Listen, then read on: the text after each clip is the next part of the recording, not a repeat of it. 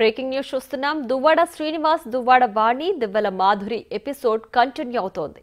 తాను కొద్ది రోజులు సోషల్ మీడియాలో అందుబాటులో ఉండనంటూ మాధురి పోస్ట్ చేసింది.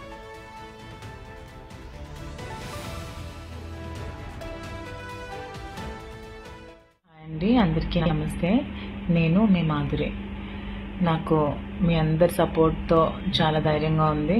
ఇదే సపోర్ట్తో ముందుకెళ్ళాలని కోరుకుంటున్నాను. కానీ ఈరోజు కొంచెం హెల్త్ మళ్ళీ ప్రాబ్లం వచ్చింది. క్లాట్ కొంచెం ఎక్కువయ్యి కొంచెం క్లాట్ బ్లీడ్ అవుతుంది. Doctor stress తీసుకోమన్నారు.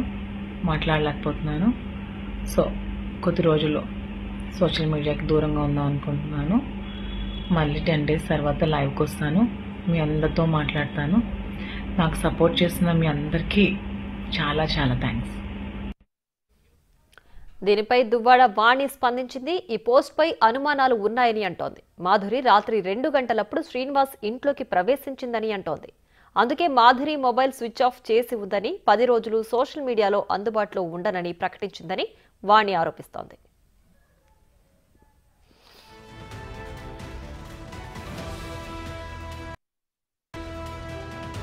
ప్రెస్ మీట్ ఇచ్చాము. మేము అన్ని రకాలుగా కూడా ఇంట్లో నేను నా పిల్లలు ఉంటాము.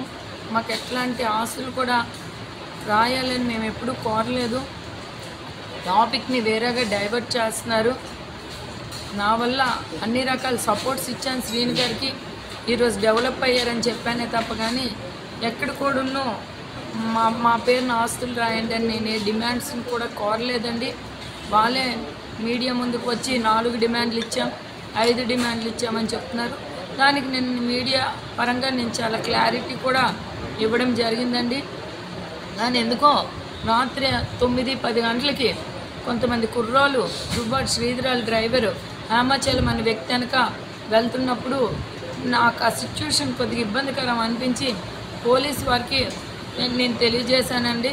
ఏదో సమ్ ప్రాబ్లం అవుతుంది, ఇక్కడ ఒక 10 బైకులు అనేవి హేమాచలం అనే వ్యక్తి వెనక వెళ్తున్నాయంటే ఏంటి ప్రాబ్లం అంటే ఏం జరుగుతుందో నాకైతే అర్థం కావడం లేదు సార్, ఒకసారి చెక్ చేయండి అని నేను సిఐ గారికి చెప్పడం జరిగింది. సిఐ గారు కూడా చూశారు. ఏమీ లేదమ్మా, ఏమైనా ఉంటే మేము చూసుకుంటామని కూడా చెప్పడం జరిగింది. కానీ మార్నింగ్ నాకు ఇన్ఫర్మేషన్ ఏమొచ్చిందంటే రాత్రి 2 గంటలకి ఆ దివ్వెల మాధురి అనే వ్యక్తి మా ఇంట్లోకి వచ్చింది అనేది నాకు తెలిసింది. అయినప్పటికీ నేను నమ్మలేదు. కానీ మార్నింగ్కి ఆడు స్విచ్ ఆఫ్ చేసేసి నాకు హెల్త్ బాగలేదు, నేను 10 days రెస్ట్ తీసుకుంటానని చెప్పేసి ఒక వీడియో బయటికి పెట్టడం జరిగింది. కానీ ఆవిడ ఖచ్చితంగా మా ఇంట్లోనే ఉందండి. పక్కా ఇన్ఫర్మేషన్ ఉంది.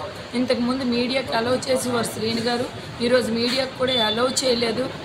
ఆయన లోపలే ఉన్నారు. రేపు పొద్దున్న ఆయనకి ఎలాంటి ప్రాబ్లం జరిగినా దానికి మేము భార్య పిల్లలుగా మేము ఎఫెక్ట్ అవుతాం. కాబట్టి ఖచ్చితంగా ఎలాంటి వ్యక్తులు కూడా ఆ ఇంట్లో ఉండకన్నా పోలీసులు చూడాలనేది నేను రిక్వెస్ట్ చేస్తున్నానండి.